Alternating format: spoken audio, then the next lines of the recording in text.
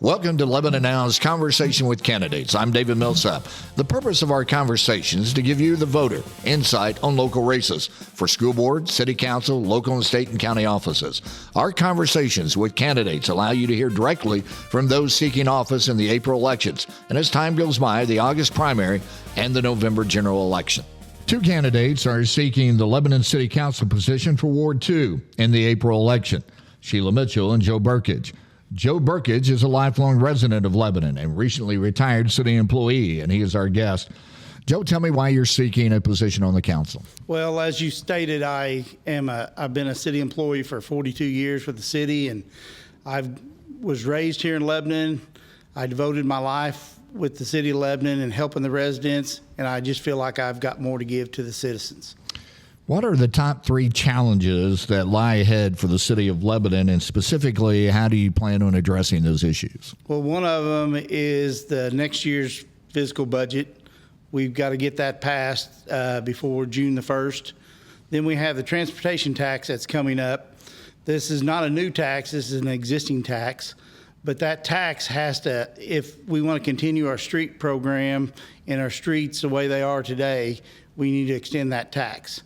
Then the other thing we would have is our capital improvement tax that has been helping with the Civic Center, parks, and public safety.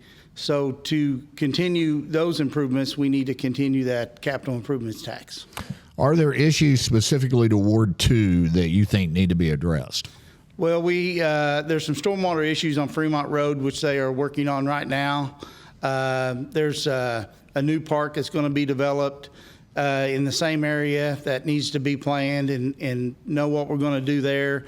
There's sidewalks being built. There's a new development being built all over town. So those are the main topics in that ward. The city council position is a nonpartisan election. You don't have to declare whether you are a Republican, Democrat, or any other party affiliation. But for the most part, residents in Lebanon are very conservative financially. Within the last few months, the city's bought a couple of things, properties, the former golf course. They've invested some money to the ice cream factory, which is privately owned. What are your thoughts regarding using that public money for those two projects? Well, the golf course is something that our community needs. It doesn't matter who owns it. We have to have a golf course. That purchase has happened. I think we should have got a little more input from the community, but again, that's already happened. We need to just move forward and continue to make that grow and prosper.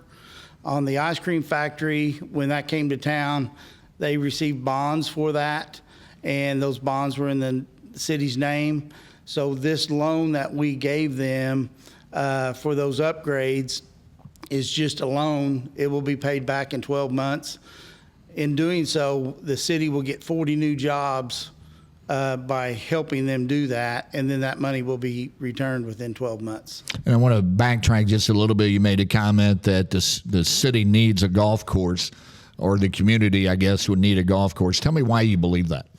Well, if you have development that comes to town, one of the first two things in economic development that someone will ask, do you have a golf course and do you have an airport? And then they also want to know how your schools are. So those are the three things that when a development comes to town that they will ask for. Two ongoing issues that the city has had for several years have been blighted properties inside the city that are an eyesore, both on the commercial side of things and in residential areas. There's a rising issue of homeless encampments and homeless or displaced people soliciting money at various intersections in the city. What needs to be done to address those issues? Well, part of my job in the past was I was a community development director. And we dealt with those dilapidated structures and trying to get rid of those, and they're continue to work to get those gone. That helps the community, clean the community up, also gets rid of those crime-prevented places that are there. On the homeless side, we just need to work on affordable housing to where we can get these folks a job, get them a place to live, and get them off the street. What do you do about affordable housing as a member of City Council? Well, you've got to put the tools in the toolbox so developers can come and build those developments so we have that affordable housing. What are those tools? It would be, maybe utility rates, putting hookup fees, building permits, those things like that on those structures that would help the homeless. Is there anything else you'd like for the voters to know about you and your plans if elected? Well, like I said, I've lived here all my life. I've got a lot to give back to the community. I've worked here 42 years, raised my family here, and graduated here. And this is a place where I want to continue and finish what I've already started. Joe, thank you. Thank you. Again, Lebanon Now wants to urge you to get out and vote. In the April 7th election, you can be voting on school board members as well as city council members if you live inside the city of Lebanon. For Lebanon Now, I'm David Millsap. Your Vote Matters is sponsored by Boattown Brewing, City of Lebanon, Representative Knight of District 142, Representative Bill Hardwick of District 121, Hannah Kelly State Senate, Representative Melissa Schmidt of District 141, and Lebanon Now.